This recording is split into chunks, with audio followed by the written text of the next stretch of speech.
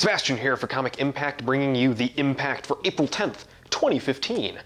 I love the smell of moral panic in the morning. Smells like farts. Brace for impact.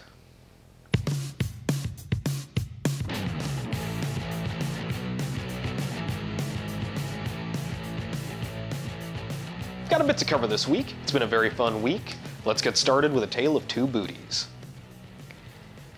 A couple months ago, you may have heard a little bit of a rumbling about a certain Spider-Woman variant cover drawn by Marla Manara. Of course, Marla Manara is a famous European artist who had done a sequence of other covers earlier over the course of a couple years for Marvel. But, of course, a vocal minority of people were very, very upset by this and called for the removal of it from the lineup of covers to come out. Of course, this was a variant cover that nobody did have to buy, and of course was very, very rare. But with controversy and moral panics comes that sweet, sweet aftermarket money. Of course, the cover was only delayed by a few months, and eventually sold for some pretty crazy prices on the internet. Of course, we jump to a few months later with Frank Cho, where he decided to do a little bit of a parody of that cover on his own personal website and his Facebook pages. With that, the same social justice warrior outrage that befell Marla Manara a few months ago was headed to Frank Cho. Those sites that do often peddle to a lot of that moral panic, like sharks in the water they were. Very, very weird stuff. They called for his dismissal at Marvel Comics and tighter restrictions on what artists could do in their own personal time.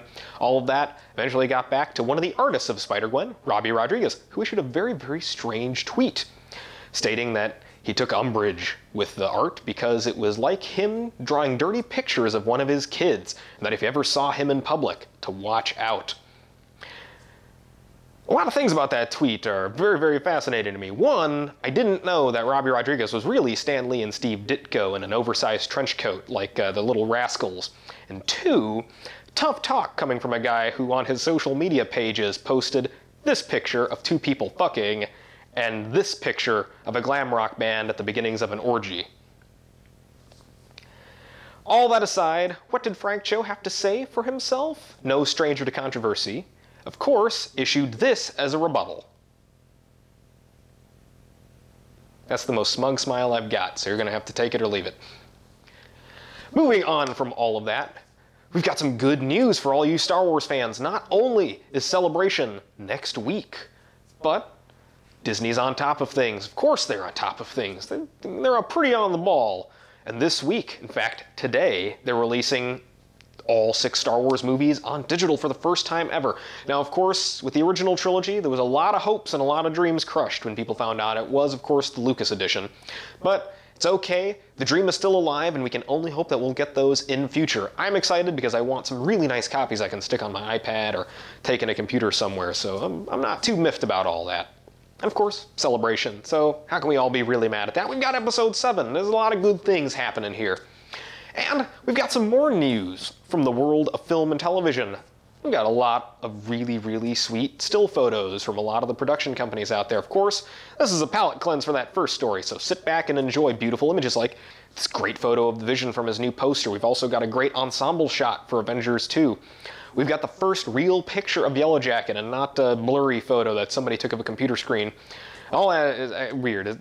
These photos aren't Bigfoot. I don't know how people still continue to take blurry photos of things in secret with all the modern smartphone technology we have.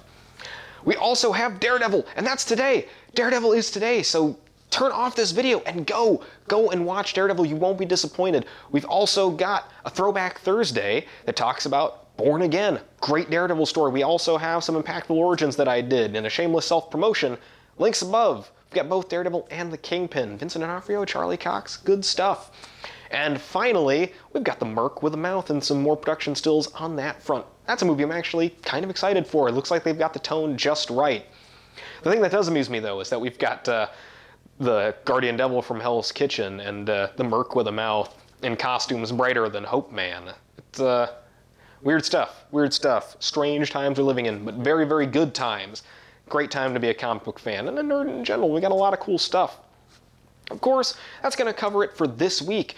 And We had a bit of a solo adventure together. I hope you enjoyed it as much as I did. I appreciate the time we spend together. So if you liked this video and want to see more, give us a like, hit the subscribe, and thank you very, very much for watching.